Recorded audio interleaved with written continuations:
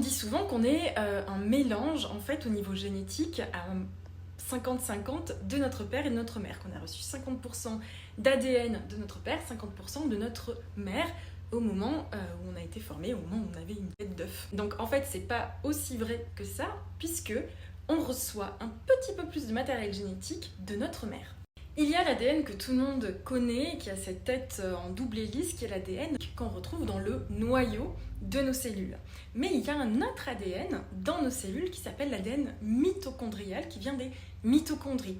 Les mitochondries, ce sont des éléments qu'on appelle des organites qui se baladent autour du noyau dans la cellule. Et il se trouve que les mitochondries ont leur propre ADN, qui n'a pas la tête qu'on connaît en double hélice, mais qui ont plutôt un ADN circulaire. Ces mitochondries, elles sont essentielles dans la cellule parce que ce sont des véritables usines énergétiques ou des piles.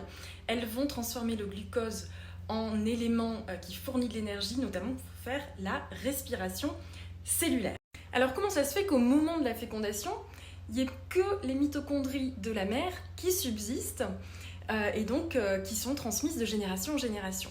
Tout simplement parce que l'ovocyte, très peu de temps après la fécondation, une fois que le spermatozoïde est entré dans l'ovocyte et qu'il a perdu son flagelle, cette espèce de petite queue, eh bien l'ovocyte va tuer les mitochondries du spermatozoïde. La question, c'est pourquoi un tel assassinat d'ADN du père au profit de ceux de la mère? Une hypothèse, mais les recherches sont toujours en cours, ce serait de dire que l'ADN, de toute façon, les ADN subissent des mutations, et l'ADN des mitochondries du spermatozoïde sont là pour donner, ces mitochondries, elles sont là pour donner de l'énergie pour que ce pauvre spermatozoïde fasse sa petite course au milieu des milliards d'autres spermatozoïdes pour arriver à aller féconder une gamète femelle. J'ai dit un gamète femelle. Et donc le métabolisme très actif des spermatozoïdes dans cette espèce de course effrénée, c'est-à-dire le métabolisme, les actions, les réactions chimiques qui se passent dans ce spermatozoïde, qui sont en grande partie entretenues et permises par les mitochondries, provoquent potentiellement énormément de mutations dans l'ADN des mitochondries.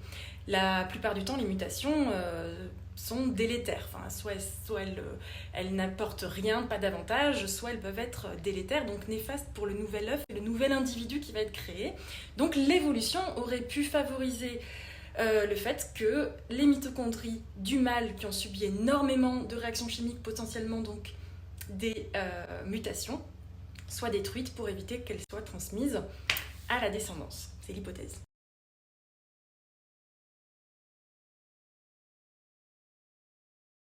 Alors pourquoi est-ce qu'on utilise beaucoup cet ADN mitochondrial pour reconstituer des histoires évolutives au sein d'espèces?